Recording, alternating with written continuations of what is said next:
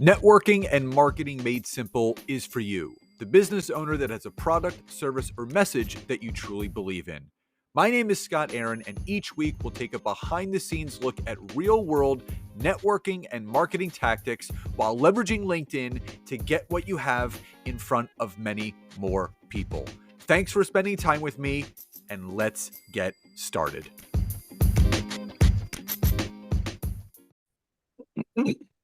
Hey, everybody, and welcome back to another episode of Networking and Marketing Made Simple. Super excited for today's episode. Two reasons. Number one, obviously, we have another interview episode coming at you. And number two, we're actually talking to a real life treasure hunter and podcaster. So I don't want to give away too much information about what we're talking about today. I want to kind of, make you guys tune in and obviously stay in tune with all of the things that we're going to be discussing today. So without further ado, Noah Graff, welcome to today's episode. Oh, thank you. I am really honored to be here. So outside of the treasure hunting, obviously you're best known for a used machine tool dealer. Obviously you're in the local Chicago area, but also recently in the podcasting world. But before we dive into all of that, I always like rewinding the tape before we kind of move forward. And if you personally could rewind the tape on your, business journey and press stop at a point in time that you feel was a pivotal moment for you, or that decision-making moment for you, that catalytic moment that kind of set you on the path that you're now on, what was that moment for you? Sure. Well, first, I just want to make sure people understand what the heck I am as a machine tool dealer. Machine tools are this is capital equipment that's used in factories. Basically, a machine tool, every machine has to have another machine that makes all the parts that go into that machine. And I sell used ones. They can be kind of big, maybe 8 feet tall, 10 feet long. Sometimes they're mechanical completely. Sometimes they're CNC. And my grandfather started this business 80 years ago, and my father and my uncle went into it. It's called Graf Pinkert, and I was just noticing on LinkedIn today. It was my 13th year work anniversary. But I was working in this company a little bit before that too. We have a media business called Today's Machining World, and it's about our industry, the precision machining industry. And then about 6 years ago, I started a podcast called Swarfcast. Swarf is all the grime and chips that collect in the bottom of a machine. And but you want to know the pivotal moment? I'd say the most pivotal moment recently, a couple of years ago, for my podcast. Sometimes we deviate a little bit. Normally we interview people in our industry in precision machining, but we deviated, and I had heard this guy on another podcast, and I had to interview him. His name is Christian Bush, and he is an expert on serendipity. He wrote a book called The Serendipity Mindset. And for those not familiar with serendipity is luck. Some people are always in the right place at the right time, quote unquote. And this guy studied this phenomenon and wrote a book about what causes this to happen. And the machinery business really relies on that. It relies on connecting the dots. You know somebody who knows somebody who has what you're looking for. It relies on things that seem to come about by chance. It relies on saying the right things that bring about this magic, where it seems like you're lucky to make all these deals, but it's really not entirely luck. It's relationships. It's there's various skills, and I think that was what I was thinking we'd talk about today. particularly because it's related to LinkedIn, which is all the connections, and that's really what it's about. I came into contact with Scott actually because I was part of a coaching program for podcasting, and I discovered this podcast program. It's called Grow the Show, and it's run by this guy named Kevin Schmidlin. Pretty good. I'd recommend it. And I noticed him on a paid Instagram ad one night, and uh, I was searching, trying to figure out, how to boost my listens, and then I got into this program, and then I heard Scott on the podcast month and a half ago, and then Kevin introduced me to Scott and his podcast. Um, so uh, yeah, this was a pivotal moment because I'm constantly thinking about serendipity all the time, and I have some techniques. I was figuring we could talk about that. Is that would you think? Yeah, I'm a big believer that your net worth is in direct correlation to your network. So how has networking and the connections that you've made over the years of being in business, how has that affected your business in a positive way? Yeah. Okay. So there's a few main principles that cause this, being in the right place at the right time. So one of them, I love it. It's called serendipity hooks. Now, obviously on LinkedIn, you're meeting all kinds of people, you're connecting with people who are like you, but then you have to figure out, what are you going to say to them that's going to cause this magic where you're going to connect and all of a sudden there's going to be a discovery. So this is where you bring in several ideas into a conversation. Um, by certain things that you say. So, for instance, Scott, if you asked me, no, what do you do for a living? I could say, I'm a machinery dealer. And you'd go, oh, oh, okay. But if I was to say, well, I'm a machinery dealer, and I also have a podcast, and um, but I love salsa dancing, is one of my passions, but I don't have time to do it very much now because I have a 2-year-old child. All of a sudden, you have 4 things to talk about in this conversation, 4 things to connect on. You never know what's going to cause somebody to say something. So in the machinery business, what I'll do is, before if somebody may see an ad for a machine we have for sale, and before I call them back, and I try to call them because just sending an email, it's less likely to cause the serendipity. I research them. I research their company. I see what other machines they have.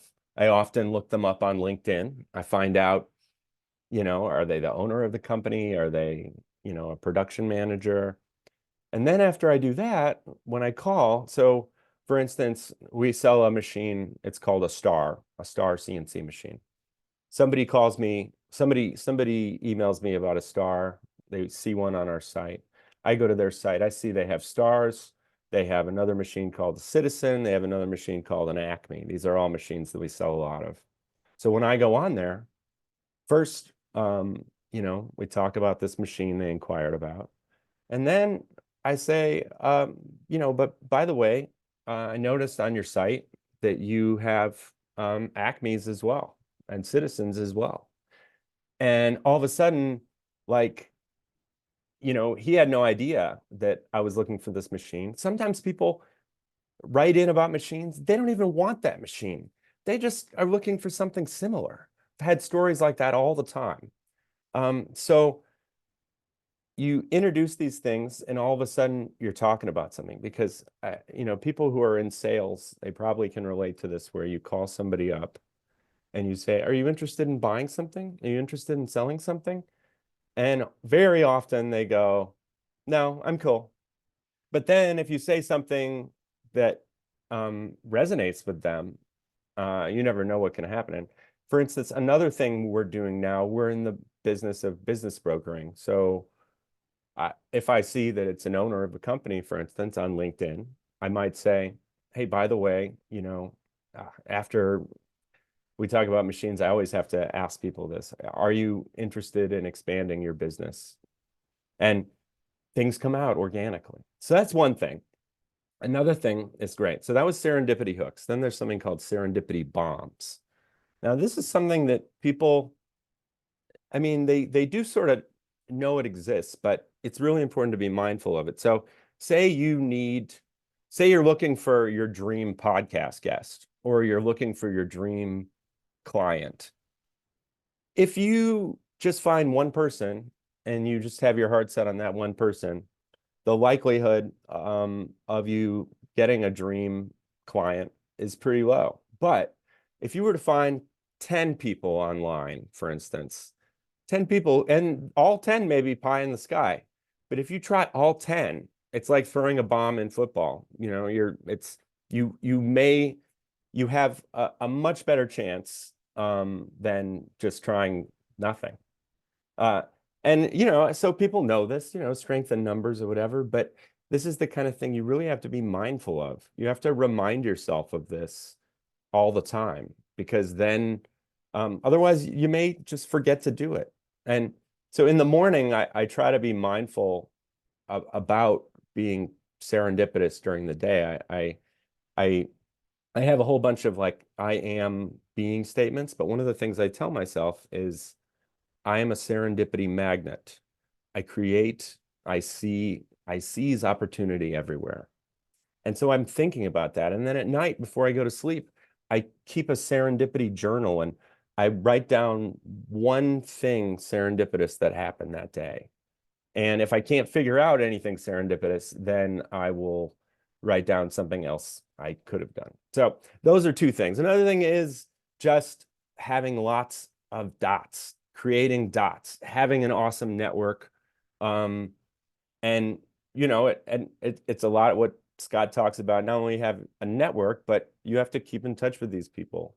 You have to be involved. And then when somebody thinks, oh, I'm looking for a life coach, I'm looking for somebody who sells X, all of a sudden they're going to think, I know Scott. Like, if you weren't involved online, if you weren't making posts, if you weren't talking to people all the time, and I'm a big fan of like old school talking on the phone too, because that's like when the hooks come out, and you never know what's going to happen, what random thing you're going to talk about. And random is great. Like sometimes I listen to lots of podcasts, and sometimes I'll be trying to find something fresh, and I'll just type in a word and I'll just find something random. And by doing that, magic comes out sometimes. You never know what you're going to find. And if you don't do stuff like that, you're never gonna find anything. It's also just keeping your eyes and ears open. That's another thing. Like there are certain people who certain people find a $10 bill on the ground, and certain people just walk over it. Certain people see an open table at a restaurant and sit down with a stranger, maybe. Other people are just like, no, I'm gonna do my own thing. So it's a matter of being mindful and trying these things. And I just find it super exciting, and it's just I love unpredictability in my day. It makes my days meaningful, and it's what we rely on. I have all kinds of stories about crazy things that have happened because I tried these things. But I can tell you some of the stories, or if you have any questions about these things, let me know. We're coming up towards the top of the episode, so we do have some time left. I like to do a little bit of rapid fire just to Sure. give the audience, some things to chew on after the episode. But, I'm a big believer in serendipity as well, being at the right place at the right time. And why I feel LinkedIn is a very serendipitous type of platform, because I'm a big believer in the farmer mentality, in the aspect of the more seeds that you plant, the greater of a harvest you can reap. And I call it your online connection Rolodex. Like, the more people that know about you, you're going to have these meetings of the minds, and you're going to have things popping up Dots. left and right. And, that's what it's all about. Like, the backstory with Kevin, him and I were invited to be on a panel for a dating live comedy show, and they had three guys and three girls on the panel, myself, Kevin, and one other gentleman, and three women. And it was like one of those live comedy shows. There was a comic there that was kind of like razzing the So audience. it had nothing to do with coaching. No, nothing. So we met there. We hung out like all night. What are you on a Uh, dating show for? You're married. well, no, they wanted to experience, people, like what they learned in relationships and this, All that, or right. the other, like kind of sharing our expertise with the I people got in the you. audience. I mean, this is way before the pandemic. I think Nancy and I were engaged at the time. We weren't even married yet. Um, and him and I got to talking. He's like, I have a podcast. I'm like, oh, I am too. And we stayed in touch. We were both from Philadelphia. And Oh, that's right. That's again, right. he reached out to me, a few months ago, and he goes, let's do a podcast swap. So he came on my show. I guested on his show. And then obviously that's how you and I connected. So that's a prime example of serendipity, you hearing the episode at the right time. But if Kevin and I never made that connection, if I never said yes to the opportunity, it would have never happened. So I always end with one final question, but I have some rapid fire questions for you. Fun. First one, um, do you have a favorite quote that you like to go back to that kind of just grounds you with, where you are? Ooh, favorite quote. Hmm.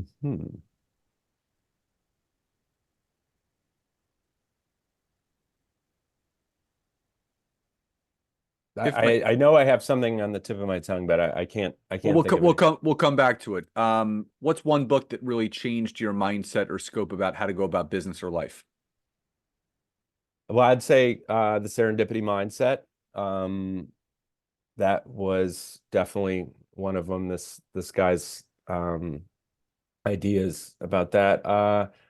I I'm a fan of Atomic Habits. I have a couple books um that I listen to sort of, I just rotate in the morning. There's one that I've been listening to lately called The Art of Impossible.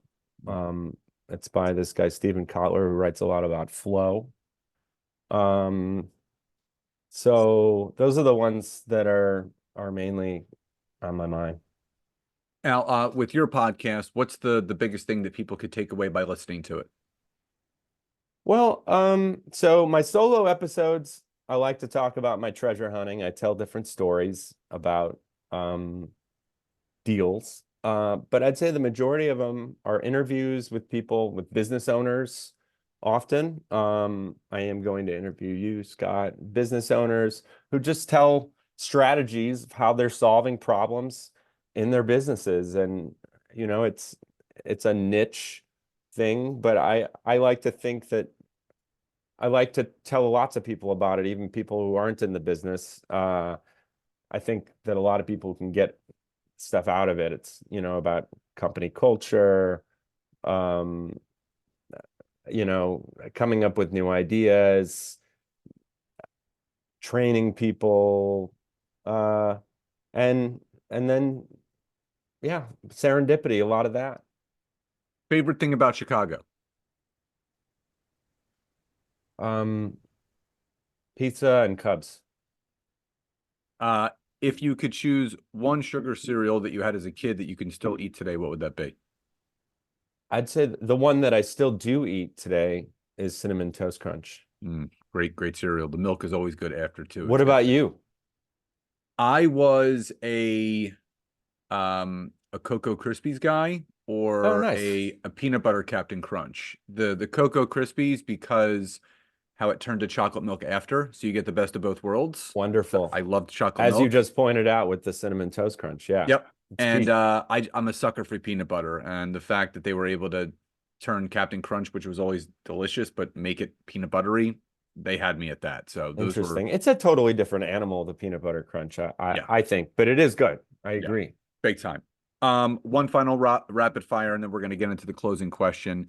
Um, if you could uh, remember the first concert that you ever attended, what was that concert? I believe it was Page and Plant. Wow, that's a great. Mine was Gloria Estefan, so you definitely beat me on that one. That's a great first concert to go to. Page and Plant, awesome. Yeah. Um, so And Pearl Jam 95, that was one of the first ones. Loved that. Body surfed, all that kind of stuff. awesome. Moshed.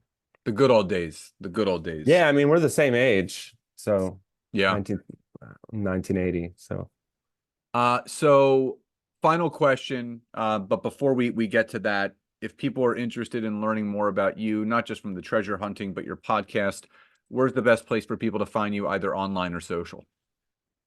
well, I am on LinkedIn, Noah Graff.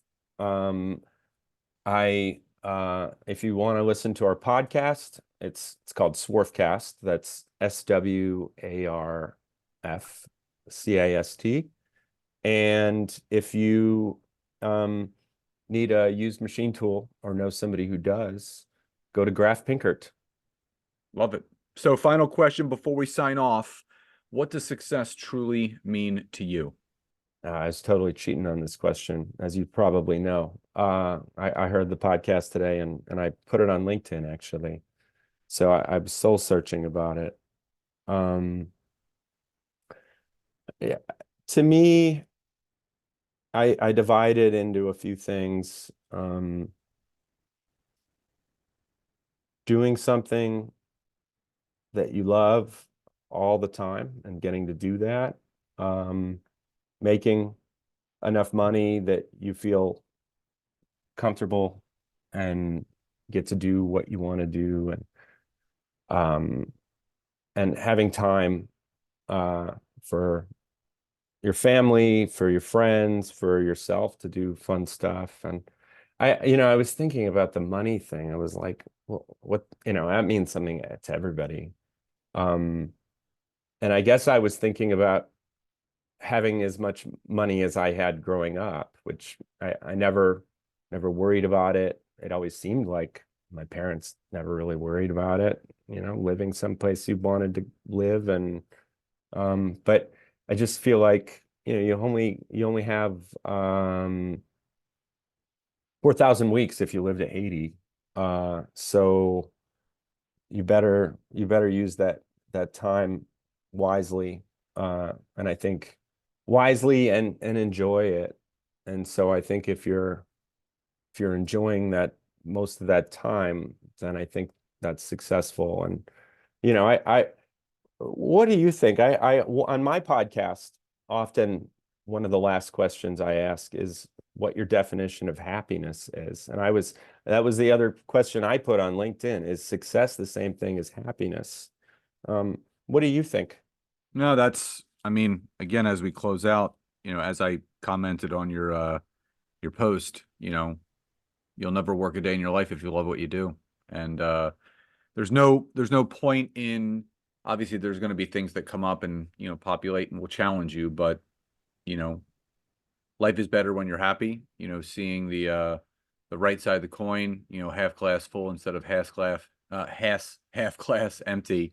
Um, you'll just live a better life that way. And it's proven that people that are happier actually live longer. So I'm all about trying to elongate as much life as possible. And, I just want to let all the listeners know that, anything that Noah and I discussed today, obviously his personal business and obviously his podcast and social, that will all be found in the show notes, the Awesome. description of this episode, and obviously the email that gets broadcasted out to all of you. But we also love feedback. So let us know what you love most about the episode. DM me, email me, and don't forget to subscribe to the podcast and to support us. Obviously, the big mission is to continue to get the word out, not just about what I stand for and what I teach, but all the amazing business owners and entrepreneurs out there. So Noah, thank you again for being here today. This was awesome. I thank you, and I can't wait to have you on my podcast. Absolutely. Looking forward to it. So again, everyone, all the information about Noah and his treasure hunting and everything to do with his podcast will be found in the show notes and the description. So everyone, please enjoy the rest of your days. Love and gratitude. and I'll talk to you next time.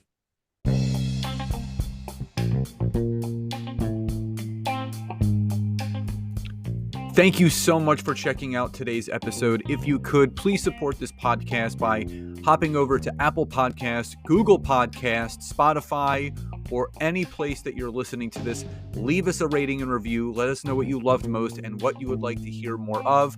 But also, if you would like to learn how to take your business to the next level, whether it's using LinkedIn or working directly with myself and Nancy in our intimate group coaching programs, you can head over to www.thetimetogrowth.com or scottaaron.net to learn more. Thank you again for your support, love, and gratitude, and I'll talk to you soon.